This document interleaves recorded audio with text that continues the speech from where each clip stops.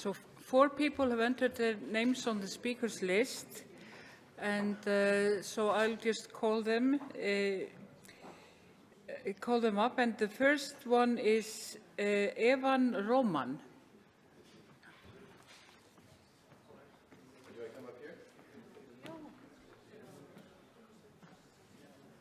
Thank you for having me today. I'll wait for him. I am from the United States. I'm from a Jewish family. I was raised Jewish. And I'm here today to support the bill. I have seen friends, colleagues, people I've known. I've heard so many stories as an activist against circumcision in the United States, where it's very common. Stories of lifelong pain, lifelong depression, suicide, lifelong loss of sexual function due to circumcision that they did not consent to as a child. I believe that forced body modifications are for consenting adults only. I am very thankful to be here and be allowed to speak. Iceland is looked up to by the whole world as a country that represents the top of human rights and democracy. It leads the world in this, and the rest of the world is watching you today. And my question for the members of the Althingi and for the people here today who spoke, what do you say to the people like me who feel violated by circumcision done to them as a child? What do you say to them? Thank you very much.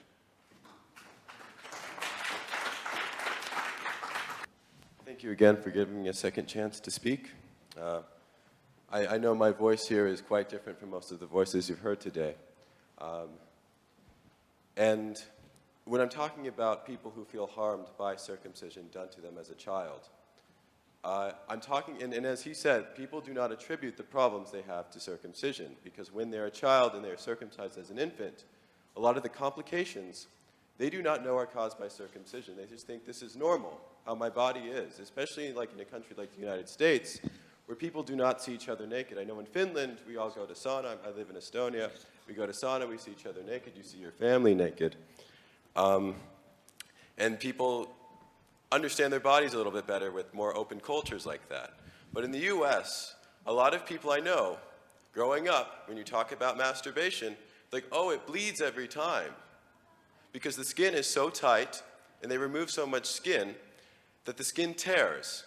Or erections were really painful, because the skin is tight and cannot accommodate the penis when it is fully erect. Now, they don't know that this was caused by circumcision. They just think this is normal. And when I was 16, I, was growing up in the United States. You don't see each other naked. Whatever my penis looked like was normal. And then when I was 16, I did some research. What is circumcision? What is the foreskin? And I'm like, so that's what a penis naturally looks like. That's what's supposed to be there. That makes sense. And the idea of removing it did not make sense. So as far as, why do I feel so violated and damaged? I don't have any of the complications I mentioned, like extremely tight skin or bleeding. But I know I've met people with these problems, many people with these problems, and they never understood why. I do have painful urination sometimes because of meatal stenosis, which occurs very commonly when you circumcise infants. Now, this is just seen as normal because it's, the urethra shrinks when you circumcise someone as an infant. The urethral opening gets smaller. It's called meatal stenosis. And normally it's not treated because they still can urinate, but they never attribute this, that this is a problem or this is not abnormal. But as far as why I feel so violated by this and why so many people I know feel so violated by this, the foreskin is a very important sexual organ. It's a part of the penis. There's not a certain line of how much of the penis you can cut off with there's this amount of the penis can be removed. How much of your genitals now, whether you're circumcised, a man or a woman, how many of your part of your penis or of your vulva can be removed without it affecting sex? I'm probably thinking most of you think, well, if you removed any of this tissue, I would have less sensation.